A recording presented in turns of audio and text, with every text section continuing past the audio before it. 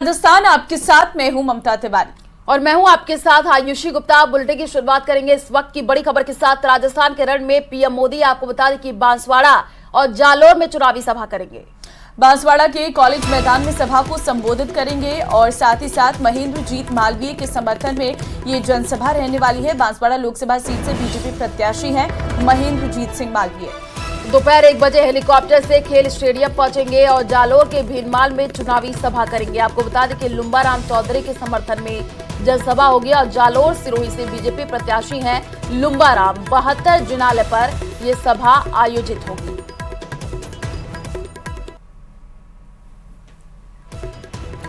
तो फिलहाल आपको जानकारी दे दें कि आज राजस्थान के रण में प्रधानमंत्री नरेंद्र मोदी रहने वाले हैं और बड़ी जनसभाएं उनकी रहेंगी बांसवाड़ा और जालौर में। आपको बता दें यहाँ पर एक चुनावी जनसभा वो करेंगे। बांसवाड़ा में महेंद्रजीत सिंह मालवीय जो कांग्रेस छोड़कर बीजेपी में आए हैं, उन्हें इस बार टिकट दिया गया है बांसवाड़ा से और उनके सामने है राजकुमार रौत। आपको जानकारी दे दें कि इस को लेकर भी आज एक बड़ी चुनावी रैली प्रधानमंत्री करने वाले हैं और जनसभा में सरकार के द्वारा किए गए कामों को जनता के बीच रखेंगे, क्योंकि आपको बता दें कि अपनी जो गारंटियां हैं उसके बारे में भी जिक्र करते हुए प्रधानमंत्री नजर आते हैं। मोदी की गारंटी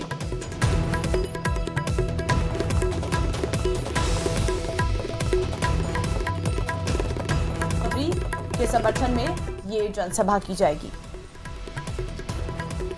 तो पहले चरण की वोटिंग की जो प्रक्रिया वो खत्म हो चुकी है, अब दूसरे चरण की बारी है। आपको बता दें कि बांसवाड़ा से बीजेपी प्रत्याशी हैं महेंद्रजीत मालवीय और दोपहर 1 बजे हेलीकॉप्टर से खेल स्टेडियम पहुंचने का कार्यक्रम है। प्रधानमंत्री नरेंद्र मोदी का राजस्थान के रण में एक बार फिर से प्रधानमंत्री नरेंद्र मोदी हुंकार भरते हुए नजर आएंगे और आपको बता दें कि बांसवाड़ा जालोर में चुनावी सभा को संबोधित करेंगे। देखना होगा क्या कुछ प्रधानमंत्री नरेंद्र मोदी अपने संबोधन में कहते हैं।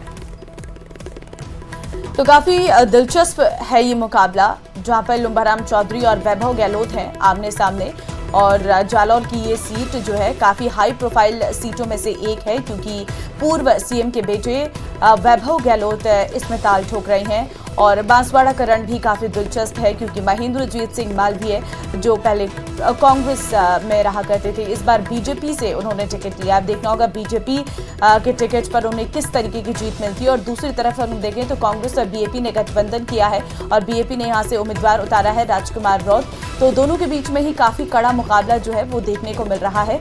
लेकिन आज प्रधानमंत्री नरेंद्र मोदी के आने के बाद माहौल में कितनी तब्दीली होगी वो देखना होगा, क्योंकि इस बार का राजस्थान का रण काफी दिलचस्प रहने वाला है। राजस्थान में दूसरे चरण की 13 लोकसभा सीटों पर भी प्रत्याशियों की तस्वीर साफ हो चुकी है। कुल 152 प्रत्याशी चुनावी मैदान में बचे हैं और पहले चरण के संपन्न होने के बाद दूसरे चरण का संग्राम अब काफी रोचक भी हो गया है। देखिए रिपोर्ट। मरुधरा की 12 सीटों पर चुनावी शोर थम चुका है।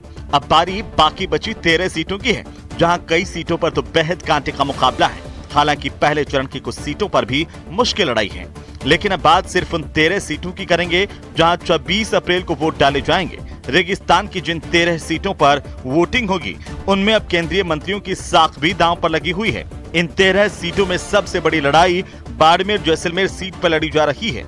मरुधरा की यही एकमात्र ऐसी सीट है जहां त्रिकोणीय मुकाबला दिखाई दे रहा है। इस सीट पर युवा अनुभवी के साथ ही केंद्रीय मंत्री की साख भी दांव पर लगी है, क्योंकि यह मुकाबला निर्दलीय रविंद्र भाटी, बीजेपी से कैलाश चौधरी और कांग्रेस से उम्मीदवार बेनीवाल के बीच होगा। इस सीट पर तो त्रिकोणीय कांटे का मुकाबला है। रविंद्र भाटी निर्दलीय विधायक भी हैं, वहीं उम्मीदवार आरएलपी से कांग्रेस में आए और कैलाश चौधरी केंद्रीय मंत्री हैं। वहीं जोधपुर सीट पर केंद्रीय मंत्री गजेंद्र सिंह शेखावत के सामने कांग्रेस के करण सिंह उचारडा हैं। इस सीट पर भी